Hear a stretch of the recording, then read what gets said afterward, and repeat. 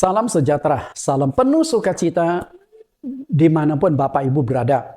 Hari ini saya akan melanjutkan pembahasan kita, topiknya tentang baptisan air. Karena ini merupakan salah satu pengajaran yang sangat penting di dalam Alkitab. Ini adalah sesi yang kedua dari doktrin baptisan air. Total ada 10 sesi yang akan kita kupas, sehingga Bapak Ibu bisa mendapatkan pengajaran sangat lengkap, sangat komplit tentang baptisan air yang sulit Bapak Ibu dapatkan di sinode gereja manapun. Kita akan berdoa, mohon Tuhan Yesus pimpin kita supaya kita dibukakan hati dan pikiran untuk memahami kebenaran sangat-sangat penting ini. Mari kita berdoa. Di dalam nama Tuhan Yesus Kristus kami berdoa. Terima kasih Tuhan, Juru Selamat kami yang hidup, sumber segala inspirasi kami. Hari ini kami kembali melanjutkan pembahasan kami dengan tema doktrin baptisan. Tuhan buka hati dan pikiran kami karena inilah sebuah doktrin sangat-sangat penting. Karena ini adalah amanat agung Tuhan Yesus Kristus. Supaya setiap orang yang percaya kepada Engkau dibaptis untuk memperoleh anugerah keselamatan. Buka hati dan pikiran siapapun yang mendengarkan pelajaran ini agar mereka dapat memahami dengan jelas sehingga ketika mereka menjalankan baptisan atau menerima baptisan mereka mengerti kebenaran ini yang sesuai dengan kehendak Engkau. Kami siap belajar, Roh Kudus yang akan menuntun dan menyertai kami di dalam nama Tuhan Yesus Kristus. Amin. Bapak Ibu yang saya kasihi, topik baptisan ini kami siarkan melalui link YouTube kami, Suara Kebenaran GCC, dan ada satu juga di Bible Teaching Ministry. Jadi Bapak Ibu bisa melihat kedua link ini.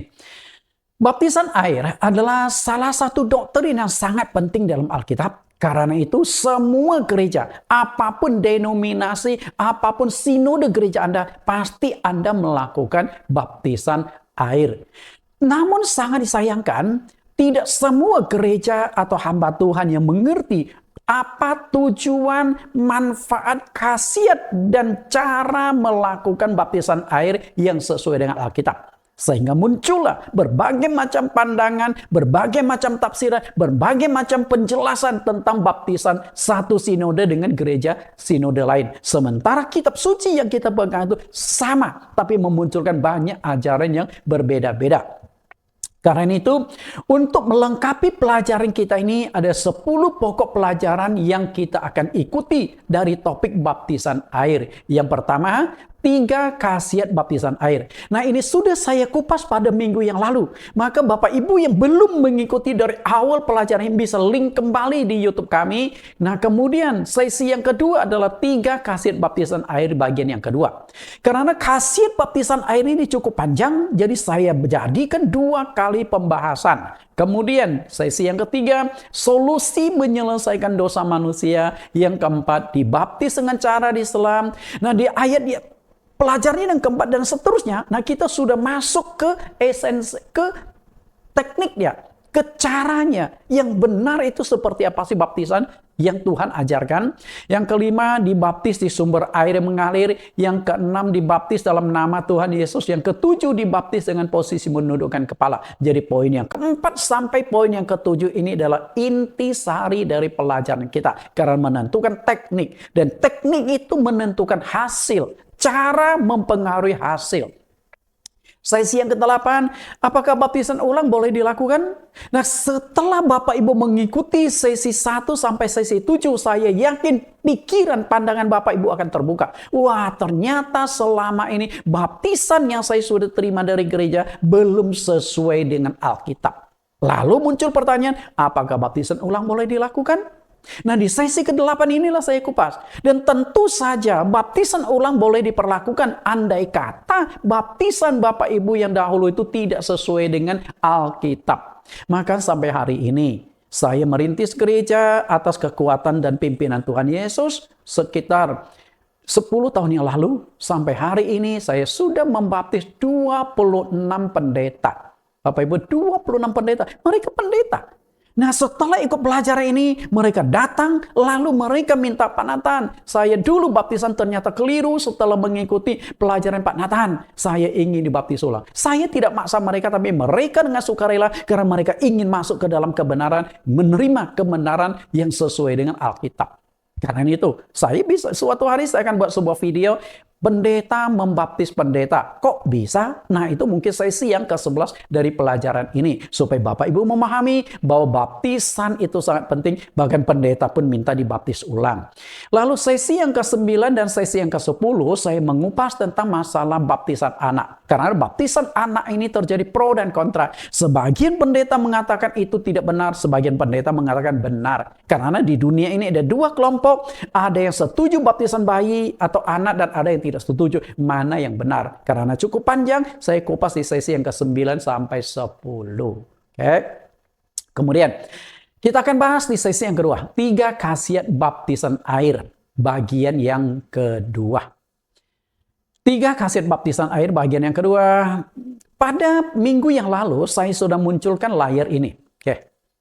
Nah, di sesi yang pertama, memperoleh pengampunan dosa sudah saya kupas. Nah, hari ini kita akan kupas selesaikan 2 bagian. Bahwa baptisan air kita akan mendapatkan status sebagai anak Allah. Dan melalui baptisan air kita akan memenuhi syarat-syarat keselamatan yang ditentukan oleh Tuhan. Dengan kata lain, baptisan adalah salah satu syarat keselamatan. Bukan satu-satunya, salah satu.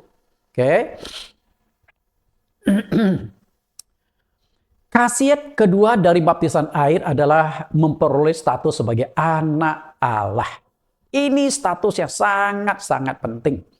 Rasul Paulus menjelaskan bahwa semua manusia adalah keturunan Allah melalui Adam. Karena Adam adalah manusia pertama, nenek moyang manusia diciptakan oleh Allah. Kita lihat dulu Kisah Rasul 17 ayat ke-26. Karena ayat ini mencakup seluruh umat manusia di dunia. Dari satu orang saja, ia telah menjadikan semua bangsa dan umat manusia untuk mendiami seluruh muka bumi. Dan ia telah menentukan musim-musim bagi mereka dan batas-batas kediaman mereka. Ayat 28. Sebab di dalam Dia kita hidup, kita bergerak, kita ada, seperti yang juga telah dikatakan oleh pujangga-pujanggamu, sebab kita ini dari keturunan Allah juga. Perhatikan 2 kalimat yang ingin saya ajak Bapak Ibu melihat lebih fokus. Kalimat yang pertama adalah, sebab kita ini dari keturunan Allah juga. Berarti kalau kita telusuri, seharusnya Allah itu menjadi nenek moyang manusia yang utama, bukan Adam. Oke? Nah, kemudian masalah adalah Allah itu roh. Nah, Allah yang roh itu menciptakan Adam adalah tubuh jasmani. Nah, setelah itu kita keturunan tubuh jasmani dari Adam. Dengan demikian, Adam itu adalah nenek moyang manusia secara jasmani. Nah, nenek moyang semua manusia secara rohani seharusnya Allah. Jadi Allah nenek moyang manusia rohani, kemudian Adam nenek moyang manusia secara jasmani. Dan dari Adam ini lalu lahirlah anak cucu sampai hari ini 8,5 miliar manusia. Dengan kata lain, seluruh penduduk muka bumi bersumber dari satu orang. Tapi kita bertanya, bukankah Allah ciptakan 2 orang? Ada Adam dan ada Hawa. Masalah begini, kalau betul Allah ciptakan 2 orang, Adam dan Hawa, sedangkan ayat ini mengatakan 1 orang, konflik dong. Masalah begini, Adam diciptakan dari tanah, Hawa diciptakan dari tulang rusuk Adam. Nah, dengan demikian tidak melanggar ayat ini. Kecuali kalau Allah ciptakan Adam dari tanah, Hawa juga diciptakan dari tanah, maka ayat ini jadi salah. Bukan 1 orang, tapi 2 orang. Nah, dari sini tetap 1 orang. Adam diciptakan, lalu dari tulang rusuk Adam diciptakanlah wanita atau Hawa bersumber dari 1 orang. Nah, dari kedua orang suami istri turun-temurun sampai hari ini 8,5 miliar manusia bersumber dari nenek moyang satu ini. Berarti kita harus cari temukan Allah yang menciptakan Adam dan Hawa. Seharusnya itu yang menjadi ada Allah yang sesungguhnya, Allah yang sejati, Allah yang benar. Penekanan saya di sini adalah lintas agama kebudayaan bangsa. Karena kita berbicara tentang asal-usul manusia. Kita ini dari keturunan Allah. Karena keturunan Allah, maka nenek moyang manusia, yaitu Adam disebut anak Allah. Karena perhatikan kata anak Allah. Nah, kata anak Allah itu hanya sebuah istilah. Bukan berarti Allah benar-benar menghasilkan anak sama seperti orang tua melahirkan anak. Bukan, itu istilah. Sama seperti anak tangga. Itu istilah. Apakah tangga itu beranak? Kan tidak begitu. Kita lihat dulu ayatnya. Lukas pasal 3 ayat 36 sampai 38. Nah, ini silsilah Yesus Kristus. Anak Kenan, anak Arpaksad, anak Sem, anak Nu, anak Lamek, anak Metusala, anak Henok, anak Yared, anak Mahalalel, anak Kenan, anak Enos, anak Set, anak Adam, anak Allah. Jadi diurut nih. Adam adalah anak Allah. Dan Adam adalah anak Allah, kemudian Set adalah anak Adam, Enos adalah anak Set, Kenan adalah anak Enos. Jadi mundur begini. Jadi dengan kata lain, Adam adalah anak Allah. Nah, seharusnya kalau Adam itu adalah anak-anak Allah, seluruh keturunan Adam itu seharusnya menjadi anak-anak Allah. Kan logikanya begitu, betul? Namun sangat disayangkan, status sebagai anak Allah itu hilang ketika Adam dan Hawa berbuat dosa, melanggar perintah Allah, memakan buah pohon pengetahuan baik dan jahat. Sehingga manusia kehilangan kemuliaan. Otomatis saat itu juga kehilangan status sebagai anak Allah. Roma 5 ayat 12. Sebab itu, sama seperti dosa telah masuk ke dalam dunia oleh satu orang. Dan oleh dosa itu juga maut. Demikianlah maut itu telah menjalar kepada semua orang karena semua orang telah berbuat dosa. Perhatikan penekanan kata dosa, dosa, dosa. Artinya dosa itu menjadi penyebab kita kehilangan status sebagai anak Allah. Dosa itu menjadi pemisah antara kita dengan Allah. Nah, berbicara tentang dampak-dampak dosa itu sudah saya kupas pada sesi yang pertama. Bapak Ibu bisa melink dan melihat kembali.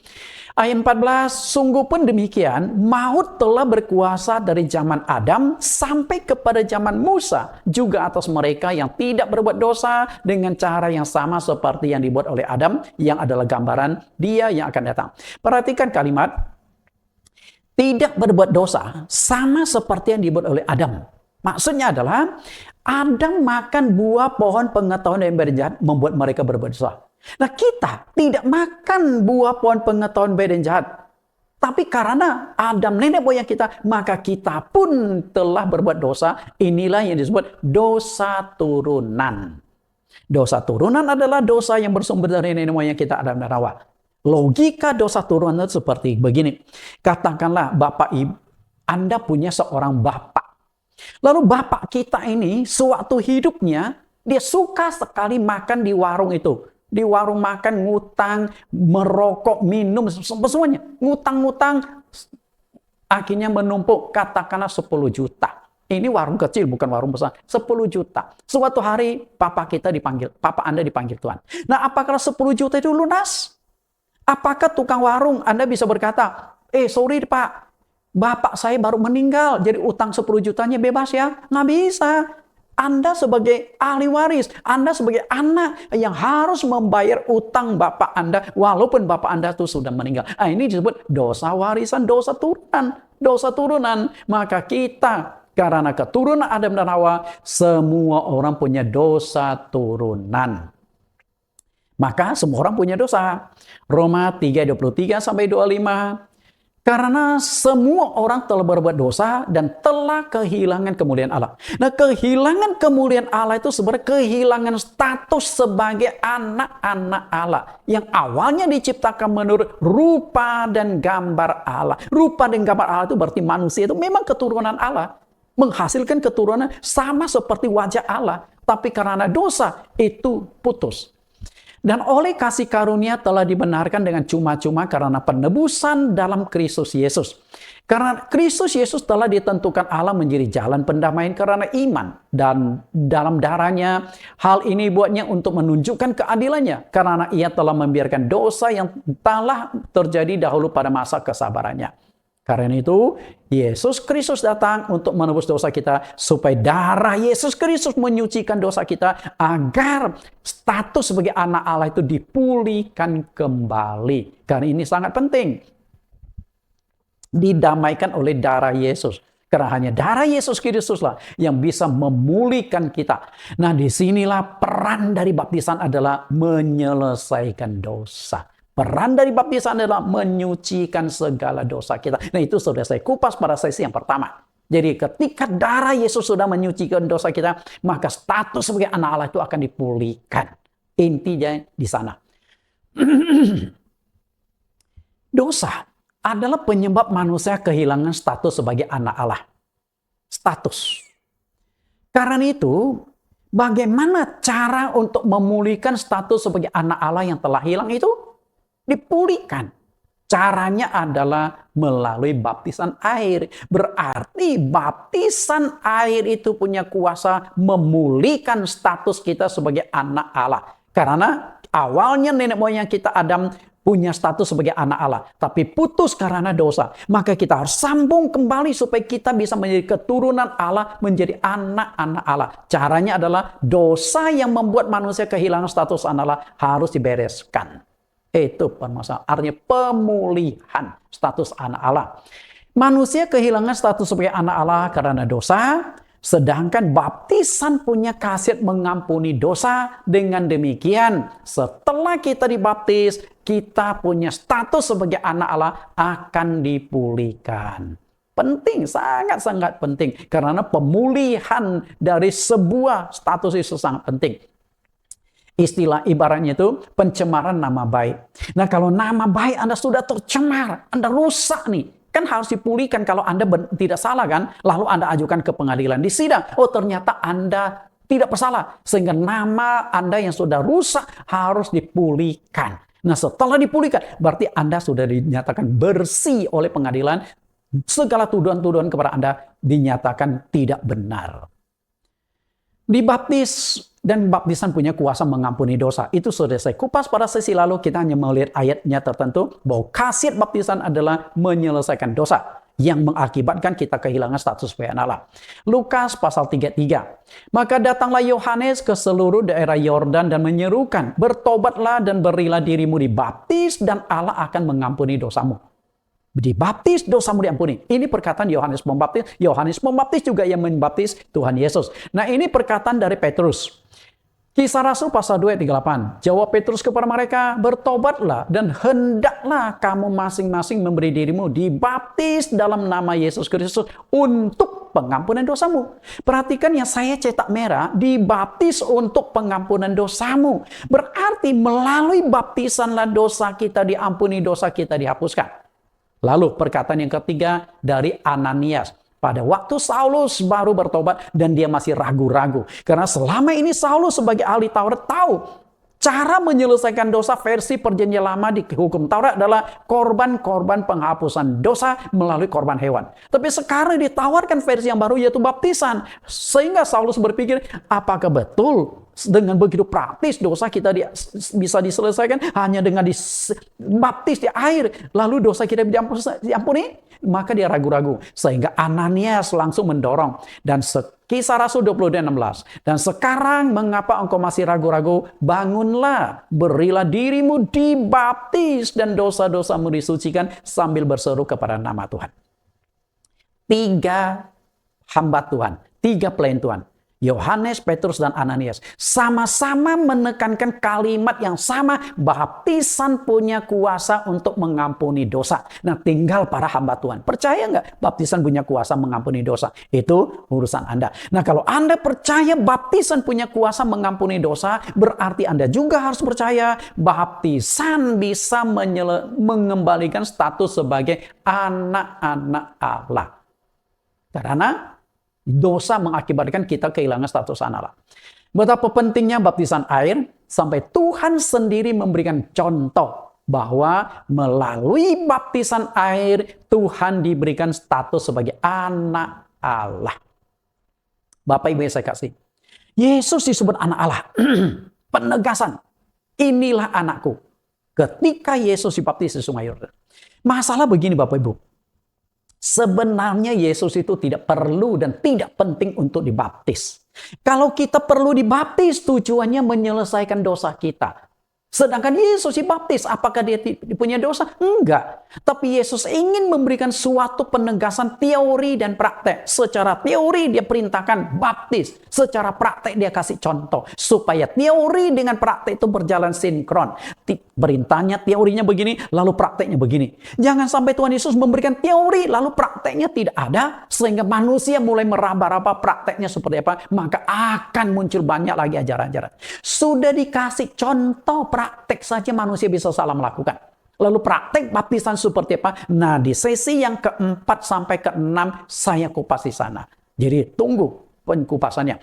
Kita lihat dulu bahwa baptisan mensahkan Yesus sebagai anak Allah. Matius pasal yang ketiga ayat yang ke-16-17. Sesudah dibaptis, Yesus segera keluar dari air. Dan pada waktu itu juga langit terbuka dan ia melihat Roh Allah seperti burung merpati turun ke atasnya. Lalu terdengarlah suara dari sorga yang mengatakan, inilah anak yang kukasihi, kepadanya lah aku berkenan. Dahsyat sekali Bapak Ibu. Dan dari contoh pengajaran Tuhan Yesus, begitu Yesus dibaptis selam di sungai Yordan oleh Yohanes, begitu dia keluar dari air, langit terbuka. Dan dari langit terbuka itu lalu muncul suatu suara ditujukan kepada Yesus Kristus. Inilah anakku yang kukasihi. Artinya baptisan itu untuk mendapatkan status sebagai anak Allah. Ini contoh Yesus. Okay? Nah lalu contoh untuk kita, pengajaran untuk kita bahwa baptisan punya kuasa menjadikan status anak Allah ada di Galatia. Nah kita lihat Galatia. Galatia pasal 3 ayat 26-27. Sebab kamu semua adalah anak-anak Allah karena iman di dalam Yesus Kristus. Karena kamu semua yang dibaptis dalam Kristus telah mengenakan Kristus. Perbandingan yang sama, perhatikan, dibaptis dan anak-anak Allah. Maksud Rasul Paulus adalah melalui baptisan ini kita akan dapatkan kembali status sebagai anak-anak Allah. Pemulihan sebagai anak-anak Allah. Pemulihan itu sangat penting. Kenapa demikian? Karena anak akan menjadi ahli waris sorga. Intinya itu ada di sana. Oke, intinya itu ada di sana. Di dunia ini, banyak suku-suku bangsa di seluruh dunia, termasuk di Indonesia, yang sangat mementingkan status marga. Marga atau marga. Karena status suku itu menentukan garis keturunan. Marga itu menentukan keturunan. Misalnya saya ini. Saya marga Bong. Saya marga Bong. Jadi nama lengkap saya, kan nama Indonesia Nathan Jurnawan. Dan nama saya Bong Ji Sian. Saya orang Hakka. Saya orang Kek berasal dari Kalimantan. Bong Ji Sian. Nah dengan sendirinya anak-anak saya semuanya termasuk marga Bong. Karena marga saya diturunkan kepada anak saya.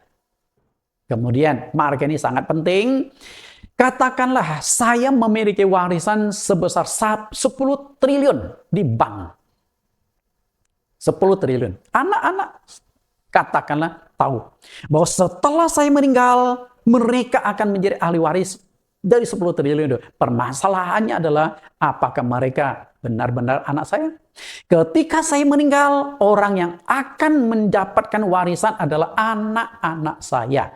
Karena mereka telah memiliki status sebagai anak, maka secara otomatis mereka juga akan memiliki status sebagai ahli waris. Jadi di dalam hukum di negara manapun yang namanya ahli waris adalah orang yang akan menjadi status sebagai anak atau masih ada ikatan yang sangat erat dengan orang yang meninggal itu.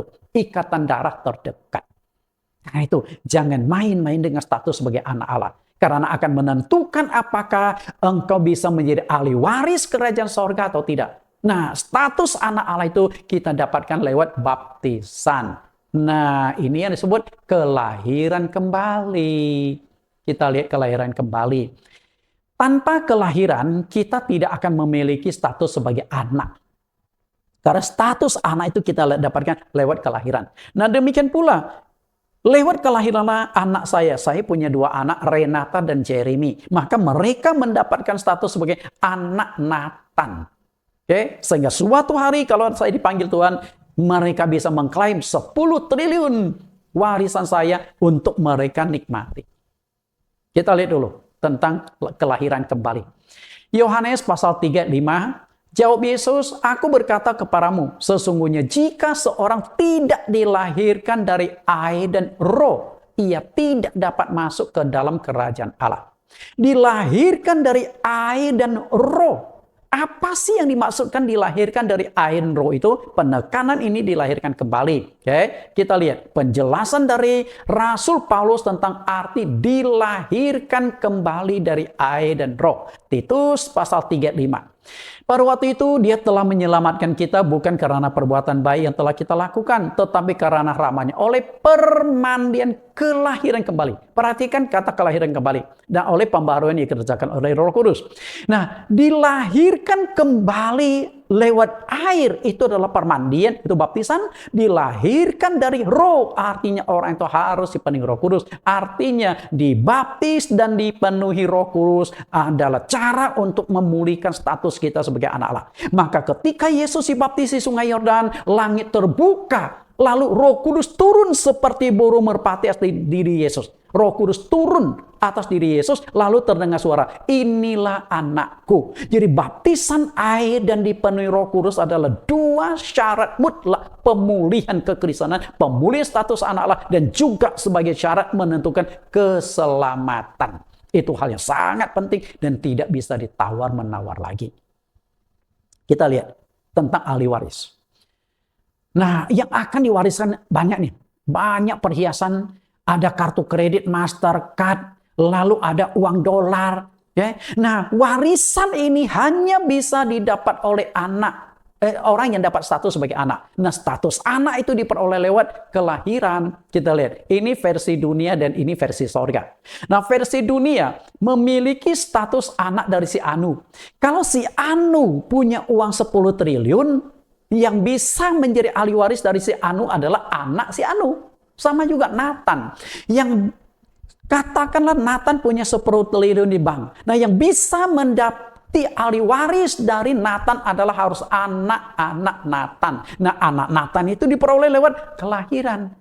Anak saya dilahirkan dari istri saya, maka saya nikah sama Rahel, lalu Rahel melahirkan dua anak laki, Renata dan Jeremy. Maka setelah saya meninggal, dengan istri saya meninggal, kedua anak ini berhak mengklaim warisan saya 10 triliun itu. Ini versi dunia. Lalu versi Allah, sorga adalah warisan bagi orang yang akan menjadi penghuninya, tapi harus dapatkan dulu status sebagai anak-anak Allah. Nah, anak-anak Allah itu diperoleh lewat status apa? Kelahiran kembali. Nah, kelahiran kembali itu menggunakan air. Maka disebut dilahirkan dari air. Nah, dilahirkan dari air itu adalah kelahiran secara rohani.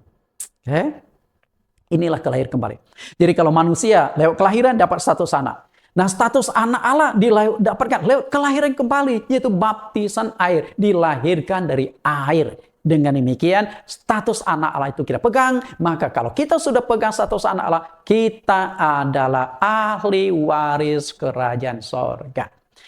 Betapa pentingnya mendapatkan status sebagai anak Allah. Karena status itu menentukan apakah Anda berhak menjadi ahli waris sorga atau tidak. Perlu diketahui bahwa orang yang sudah percaya kepada Tuhan Yesus tidak secara otomatis juga telah mendapatkan status sebagai anak-anak Allah. Seringkali di gereja kita tepuk tangan, kita naikkan pujian. Ya Aba Bapa, ini aku anakmu. Kita nyanyi, kita mengaku. Nah, persoalannya adalah apakah Bapa di sorga mengakui kita sebagai anaknya? Kalau enggak, kita hanya klaim sepihak. Nah, yang bisa menjadi anak Allah, yang seharusnya cocok menyanyikan lagu, Ya Aba Bapa, ini aku anakmu, adalah mereka yang sudah dibaptis. Karena baptisan itulah yang mensahkan kita sebagai anak-anak Allah. Kalau enggak, Tuhan enggak mengakui Anda sebagai anak-anaknya.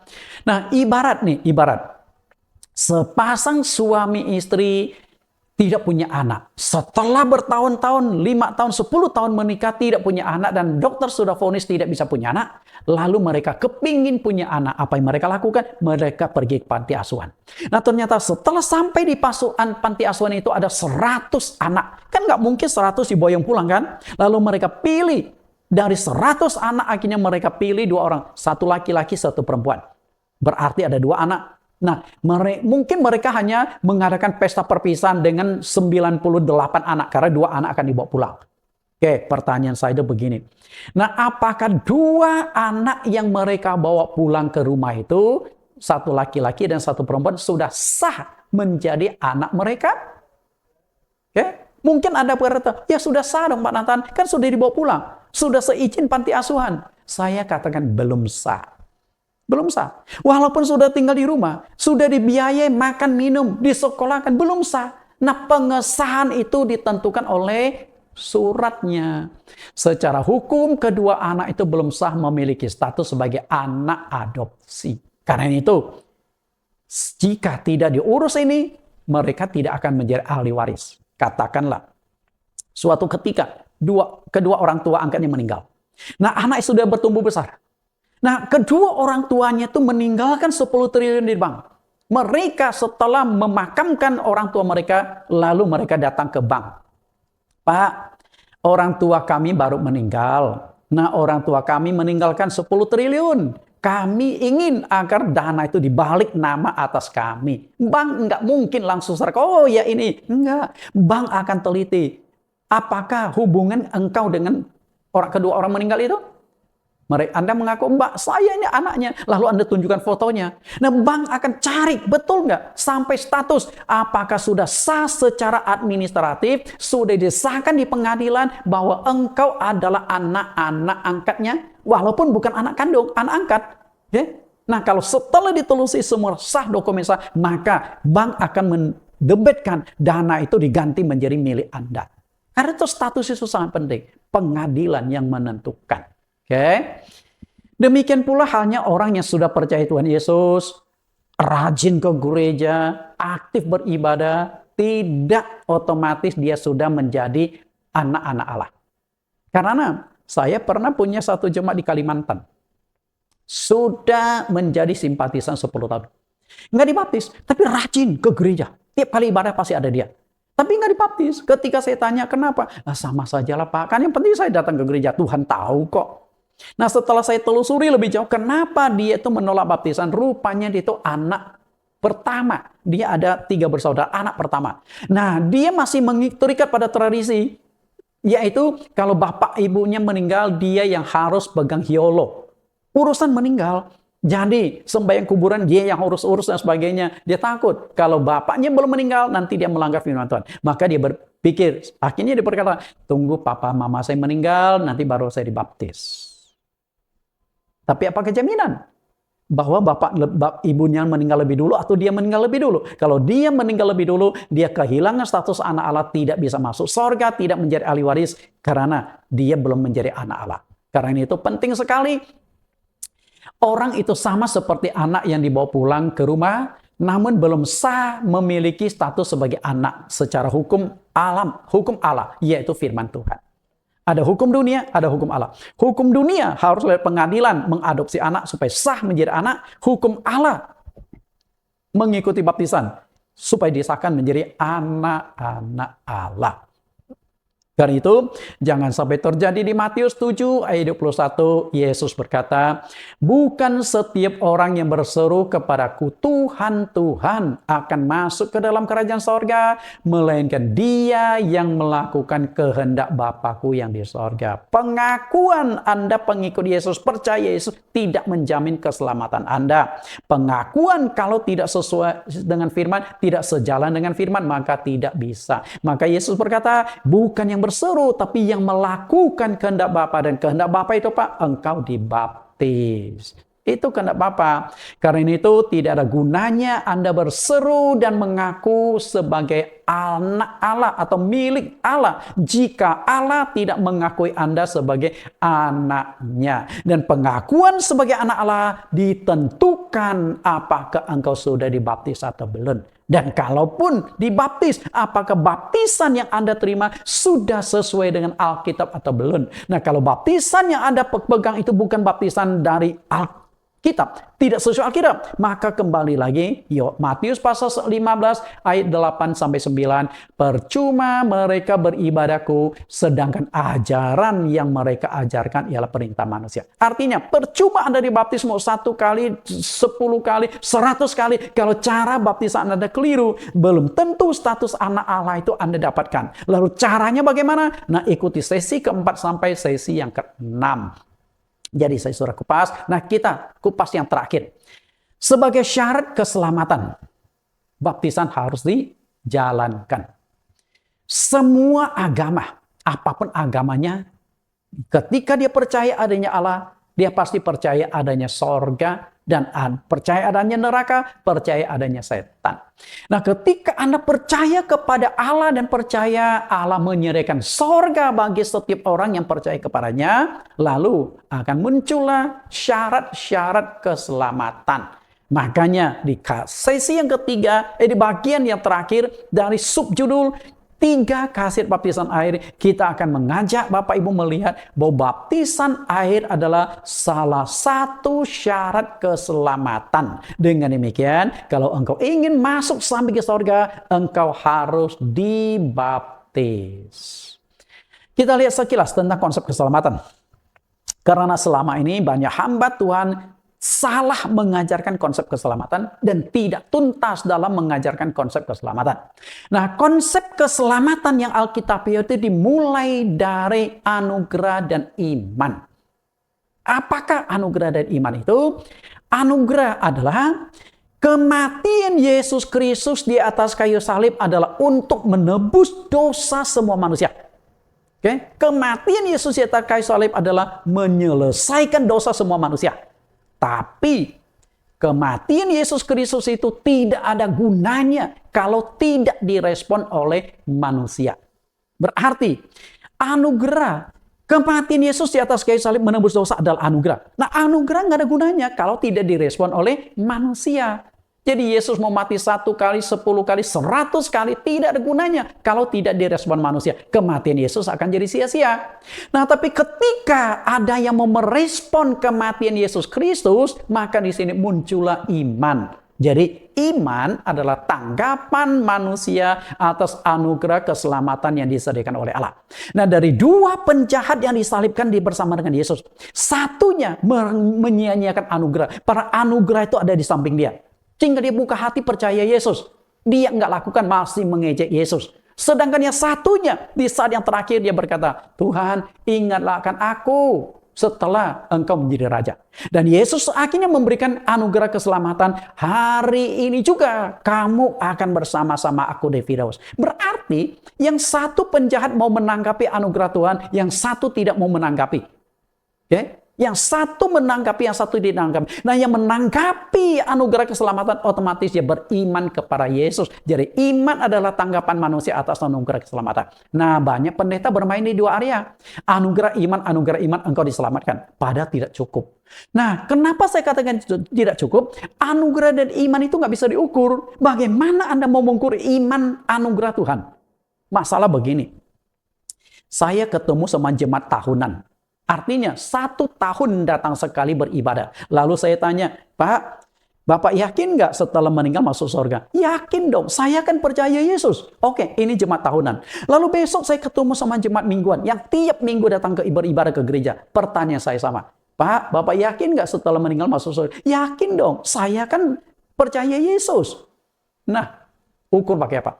Yang setahun sekali yakin masuk surga, yang setiap minggu yakin masuk surga. Dua-duanya mengaku pasti yakin masuk surga. Iman Anda mau ukur bagaimana? Yang satunya imannya pas payah. Setahun sekali datang ke gereja. Yang satu imannya kuat.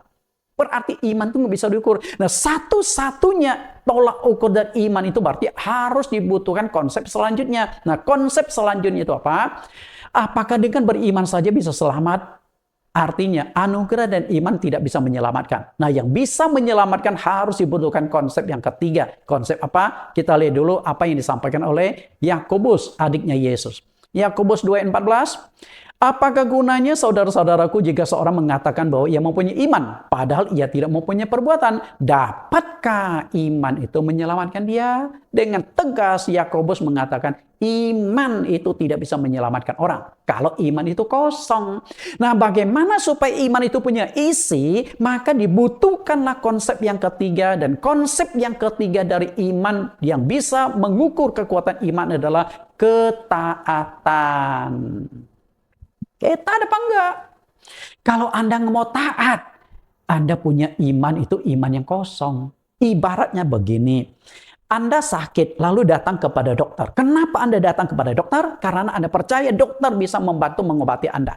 Lalu dokter kemudian mengeluarkan resep obat, tebus obat ini. Lalu Anda berkata, dokter, saya nggak percaya sama resep ini, saya hanya percaya pada Anda. Artinya, Anda itu beriman tapi nggak punya ketaatan. Wujud ketaatannya adalah dokter sudah kasih resep supaya Anda taat, pergi ke apotek, beli obat, minum untuk kesembuhan Anda. Bisa bedakan nggak antara iman dan ketaatan? Iman kepada Yesus, ketaatan itu tidak kurang, tidak ada. Ketaatan pada apa? Firman. Tuhan Yesus dengan firman itu kesatuan yang tidak terpisahkan. Pada mulanya adalah firman, firman itu bersama-sama dengan Allah dan firman itu adalah Allah. Yesus adalah firman yang menjadi manusia. Firman dengan Yesus kesatuan yang tidak terpisahkan. Kalau Anda percaya Yesus tidak percaya pada firman, sama seperti Anda percaya dokter, tetapi tidak percaya pada resep dokter. Nah, kemudian saya jabarkan lebih jauh. Ketika Anda sakit, setelah dapat resep dokter, lalu katakanlah Anda sakit jantung. Nah, ketika minum obat pun nggak sembarangan. Dokter berikan 3 kali 2. Artinya sehari minum 3 kali, setiap kali 2 butir atau 2 tablet. Tapi karena Anda ingin cepat sembuh, Anda ubah 3 kali 5. Apa yang terjadi? Anda akan bukan sembuh lagi, tapi Anda akan dapat karangan bunga karena terlalu berani mengubah resep dokter. Dan di karangan bunga ada tulisan RIP, Anda COVID. Kenapa Anda COVID? Tidak taat. Dokter sudah tulis 3 kali 2, tapi Anda ubah jadi 3 kali 5. Jantung Anda tidak kuat menahan obat itu. Overdosis. Kena serangan jantung. Tujuan menyembuhkan jantung malah kena serangan jantung karena overdosis obat itu. Nah, firman Tuhan pun nggak boleh diubah. Tuhan sudah tentukan baptisan harus begini, lalu Anda kutak-katik. Beda baptisannya dengan yang ditentukan Tuhan. Anda pun akan bermasalah. Baptisan Anda tidak diterima oleh Tuhan. Nah, inilah konsep keselamatan. Ketaatan dalam hal apa saja untuk memperoleh keselamatan? Ketaatan, dan salah satu wujud ketaatan itu adalah baptisan. Salah satu perintah yang harus ditaati adalah baptisan air. Bahkan ini menjadi perintah yang sangat penting dan menyatu dengan amanat agung Tuhan Yesus. Maka Tuhan Yesus utus murid, pergi, beritakan Injil. Nah, ketika beritakan Injil pasti ada orang yang percaya dong dan harus segera dibaptis. Maka inilah yang menjadi amanat agung. Jadi amanat agung adalah pergi dan ajarkan, pergi dan lakukan. Matius 28 ayat 19. Karena itu pergilah, jadikanlah semua bangsa muridku. Jadikan semua bangsa muridku. Hasil pemberitaan banyak orang percaya. Tapi nggak cukup. Baptislah mereka dalam nama Bapa dan Roh Kudus. Jadi yang sudah percaya kepada Yesus harus segera dibaptis. Jadi kalau Anda percaya Yesus, rajin ke gereja, tidak mau dibaptis, belum lengkap. Masih separuh jalan. Karena itu, baptisan air bukan hanya sekedar menjadikan kita sebagai pengikut Tuhan Yesus atau menjadi orang Kristen, namun baptisan air merupakan salah satu syarat keselamatan. Nah, berikut ini ayat-ayat yang menekankan bahwa baptisan punya hubungan dengan keselamatan. Ada 5 ayat yang akan kita kupas pada saat ini supaya Bapak Ibu mengerti dengan jelas baptisan merupakan salah satu syarat keselamatan yang tidak bisa ditawar-tawar lagi. Yang pertama, baptisan merupakan salah satu syarat keselamatan diungkapkan Tuhan Yesus langsung. Sang pemilik sorga, sang penyembahan kita. Markus 16 ayat 16, siapa yang percaya dan dibaptis akan diselamatkan. Tetapi siapa yang tidak percaya akan dihukum. Kan sudah jelas di sini Bapak Ibu. Percaya dan dibaptis. Nah, ayat ini pendek, tapi 2 kali ditekankan tentang kata percaya. Maksudnya itu apa? Percaya yang pertama adalah percaya kepada Yesus Kristus sebagai juru selamat tunggal. Anda percaya nggak Yesus satu-satunya juru selamat? Bahwa rasul boleh banyak, nabi boleh banyak, tokoh banyak, agama boleh banyak, tapi juru selamat hanya satu. Nabi, rasul, tokoh agama bukan juru selamat. Mereka yang harus memperkenalkan sang juru selamat. Juru itu hanya satu. Juru kunci, juru mudi. Kalau juru mudi, tukang mudi yang kemudi 2 orang jadi kacau. Hanya boleh ada satu. Sehingga Yesus tegaskan Yohanes 14 ayat 6. Akulah jalan kebenaran dan hidup. Tidak seorang pun yang datang kepada Bapa kalau tidak melalui aku. Nggak ada jalan lain. Percaya Yesus sebagai juru selamat tunggal. Lalu percaya yang kedua adalah percaya kasih baptisan air. Yesus sendiri sudah katakan, percaya dan dibaptis untuk diselamatkan. Artinya, Anda percaya nggak bahwa baptisan punya kuasa untuk menyelamatkan? Nah, kenapa baptisan punya kuasa untuk menyelamatkan? Karena baptisan punya kuasa menyelesaikan dosa. Satu-satunya yang merintangi Anda masuk surga adalah dosa. Dosa harus dibereskan. Cara membereskan dosa itu baptisan. Nah, ini penegasan dari Tuhan Yesus. Nah, kita lihat penegasan dari orang lain yang bernama Rasul Petrus. 1 Petrus pasal 3 ayat 21. Juga kamu sekarang diselamatkan oleh kiasannya, yaitu baptisan. Maksudnya bukan untuk membersihkan kenajisan jasmani, melainkan untuk memohon hati nurani yang baik oleh kebangkitan Yesus Kristus. Perhatikan 2 kata yang sangat penting.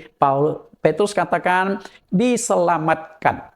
Tentu Pak Petrus menghendaki semua orang diselamatkan. Tapi bagaimana caranya? Yaitu baptisan. Artinya baptisan memiliki hubungan erat dengan keselamatan. Kemudian perkataan dari Paulus kepada kepala penjara. Paulus yang awalnya anti Kristen tapi menjadi rasul Kristen. Ketika dia memberitakannya sampai di Filipi bertemu dengan kepala penjara, terjadilah dialog. Kita lihat Kisah Rasul 16 ayat 33. Ia mengantar mereka keluar sambil berkata, Tuan-tuan, apakah yang harus aku perbuat supaya aku selamat? Ini ucapan dari kepala penjara. Karena saat itu dia sudah melihat bagaimana Tuhan bekerja, gempa bumi diciptakan, sehingga penjara yang awalnya dia pikir semua orang penjara itu sudah kabur, tapi ternyata tetap ada di sana. Karena ada mujizat lah di Kisah Rasul pasal 16 itu.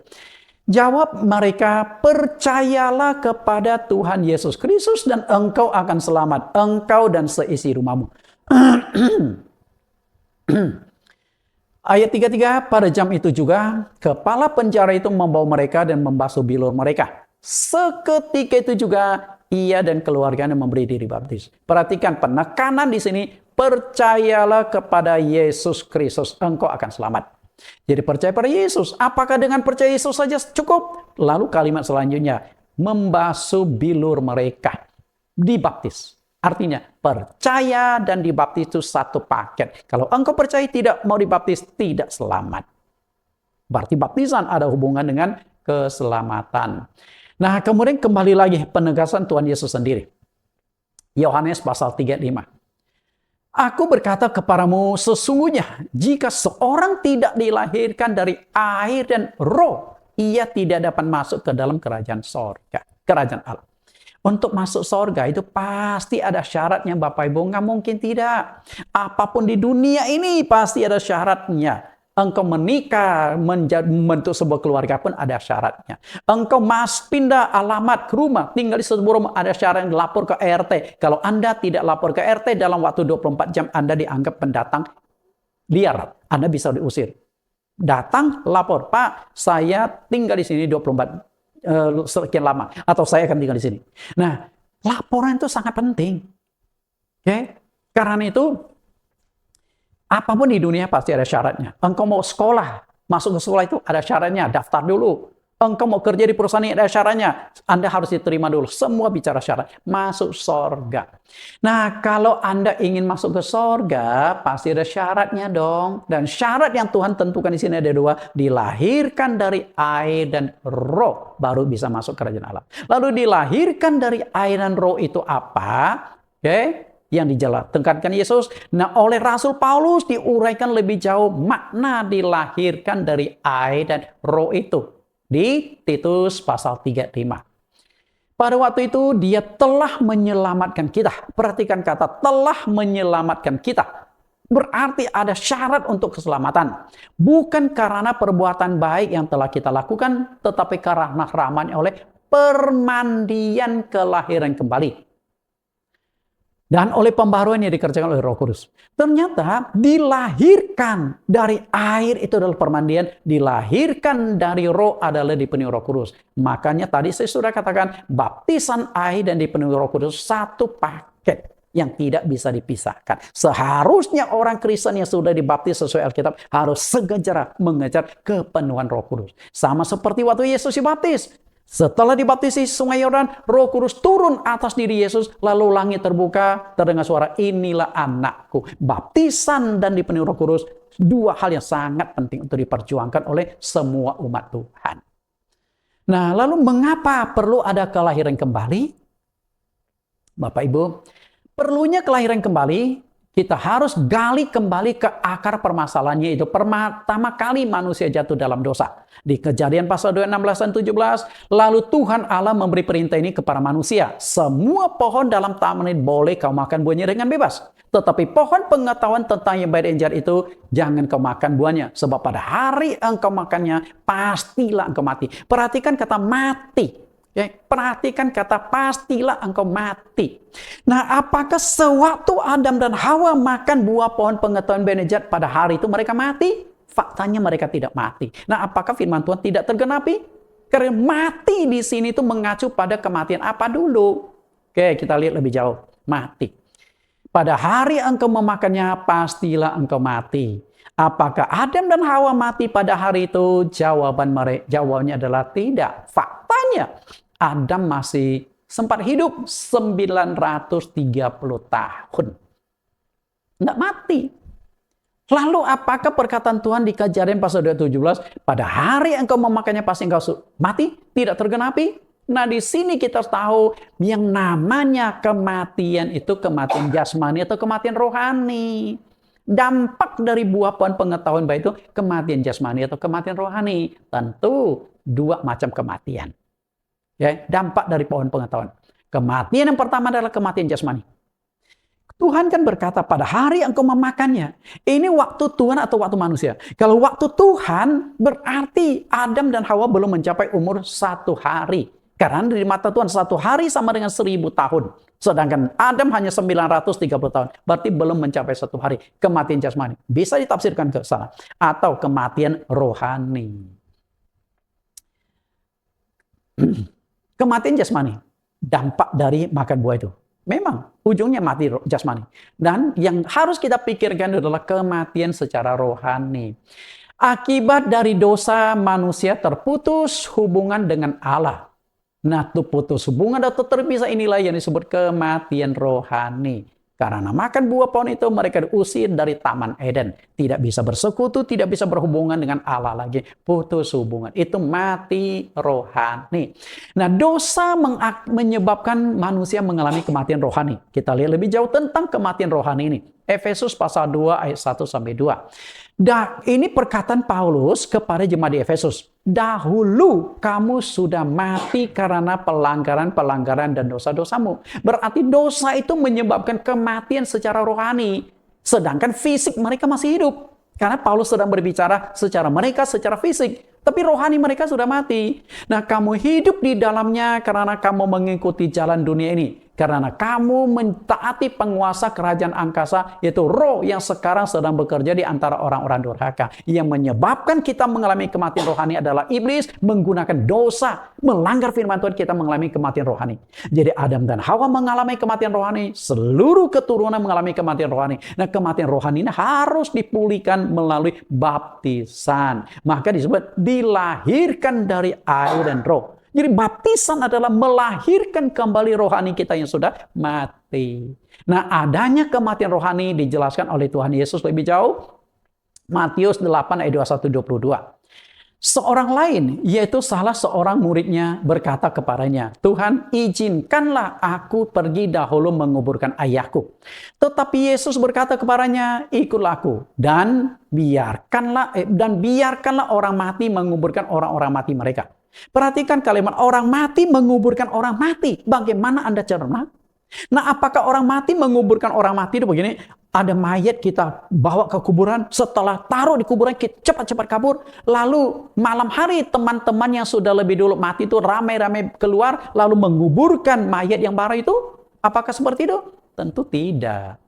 Orang mati menguburkan orang mati artinya orang yang mati secara jasmani, orang yang mati secara rohani menguburkan orang yang mati secara jasmani. Atau orang yang mati secara rohani menguburkan mayat. Berarti sewaktu kita masih hidup, rohani kita itu mati. Nah, rohani yang sudah mati ini bagaimana dihidupkan? Lahir kembali. Dilahirkan kembali lewat air dan roh. Nah, inilah yang disebut kelahiran kembali. Karena Tuhan Yesus berkata di Yohanes pasal 36, apa yang dilahirkan dari daging adalah daging. Secara daging kita hidup, tapi rohani ini kita mati. Nah, bagaimana rohani yang sudah mati bisa hidupkan? Dilahirkan sekali lagi lewat baptisan air. Berarti baptisan air adalah untuk melahirkan kembali rohani kita.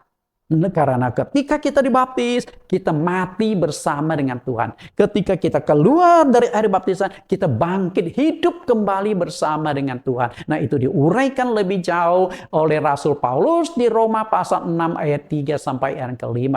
Jadi waktu Anda diselamkan ke dalam air, berarti Anda mati dalam dosa, dikuburkan. Okay? Nah, air baptisan itu ibarat tanah. Orang yang mati dalam dosa itu harus masuk ke dalam air baptisan. Nah, setelah dikuburkan, lalu ketika Anda keluar dari air baptisan, artinya Anda bangkit, Anda hidup kembali, Anda sudah dipulihkan. Maka Yesus sudah masuk dalam air, keluar dari air baptisan, Roh Kudus turun atas Tuhan Yesus.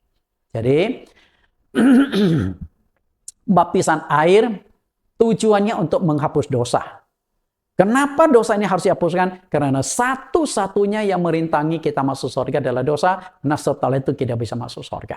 Jadi begini ya, satu-satunya yang merintangi kita masuk surga adalah dosa. Nah, karena itu dosa harus diselesaikan. Lalu bagaimana cara menyelesaikan dosa? Kisah Rasul pasal 2 ayat 38, dibaptis dalam nama Yesus Kristus untuk pengampunan dosamu. Nah, kalau dosamu sudah diampuni, berarti engkau bisa masuk surga. Karena yang merintangi engkau masuk surga sudah diselesaikan. Nah, dari sini kita kembali ke pelajaran awalnya. Sampai di sini, apakah Anda sudah mengerti dan percaya akan 3 khasiat baptisan air yang sudah saya jelaskan dalam 2 sesi? Kalau Anda belum mengerti, belum percaya, ulang. Tapi kalau Anda sudah mengerti, maka pertanyaan saya adalah, apakah baptisan yang Anda terima sudah sesuai dengan Alkitab? Ya, sudah selesai belum? Nah, kalau baptisan yang Anda terima belum sesuai dengan Alkitab, Anda akan mempertaruhkan 3 hal yang sangat penting. Belum tentu dosamu diampuni, Anda belum dapat status sebagai anak Allah, dan syarat keselamatan belum Anda penuhi. Karena itu, kita pikirkan dengan baik-baik, dengan berbagai macam cara model baptisan. Di seluruh dunia saat ini ada 3 baptisan yang berlaku. Baptisan percik, selam, bendera. Manakah yang sesuai dengan Alkitab? Mana yang sesuai Alkitab? Nah, ini ya. Berbicara berarti di sesi selanjutnya nanti kita akan membahas tentang cara atau teknik baptisan air. Tuhan Yesus memberkati. Kita akan berdoa. Di dalam nama Tuhan Yesus Kristus kami berdoa. Terima kasih Tuhan. Kami sudah belajar di sesi yang kedua ini tentang 3 khasiat baptisan air. Dua sesi ini telah menjelaskan secara rinci. Ada 3 khasiat yang akan kami dapatkan melalui baptisan air, yaitu pengampunan dosa, mendapatkan status anak Allah, dan merupakan salah satu syarat keselamatan. Begitu pentingnya baptisan air agar kami mendapatkan 3 khasiat itu. Karena itu terus pimpin kami serta kami agar kami mendapatkan pemahaman yang utuh dari seluruh topik baptisan, sehingga ketika kami melakukan baptisan atau menerima baptisan tidak sembarangan, agar kami mendapatkan jaminan keselamatan yang pasti dan utuh. Terus pimpin kami, serta kami, dan siapapun yang mendapatkan video ini, kemudian mereka bagikan lagi, supaya makin banyak orang mengenal kebenaran, maka Tuhan akan memberkati orang ini, dipakai Tuhan menjadi alat kemuliaannya. Di dalam nama Tuhan Yesus Kristus. Amin. Sampai bertemu minggu depan pada sesi yang ketiga yang tidak kalah menariknya, yaitu solusi menyelesaikan dosa manusia. Tuhan Yesus berkati. Bapak Ibu, bagi Anda yang mengikuti sekolah teologi STT GCC, Sekolah Tinggi Teologi GCC, Jesus Class Curriculum. Jadi kami punya sekolah teologi namanya GCC dan masih teologi online. Nah, setiap topik doktrin itu ada 10 pertanyaan yang perlu Anda jawab. Kita lihat 10 pertanyaan yang perlu Anda jawab untuk dikirimkan kembali ke pengelola STT GCC. Judulnya 3 khasiat baptisan air, bagian yang kedua. Pertanyaan pertama, selain menciptakan Adam dan Hawa, apakah di tempat lain Allah ada menciptakan manusia lain? Buktikan dengan ayat Alkitab. Yang kedua, pada awalnya Adam disebut anak Allah di Lukas 3, 36-38, namun status anak Allah itu hilang. Apa yang menjadi penyebab hilangnya status anak Allah?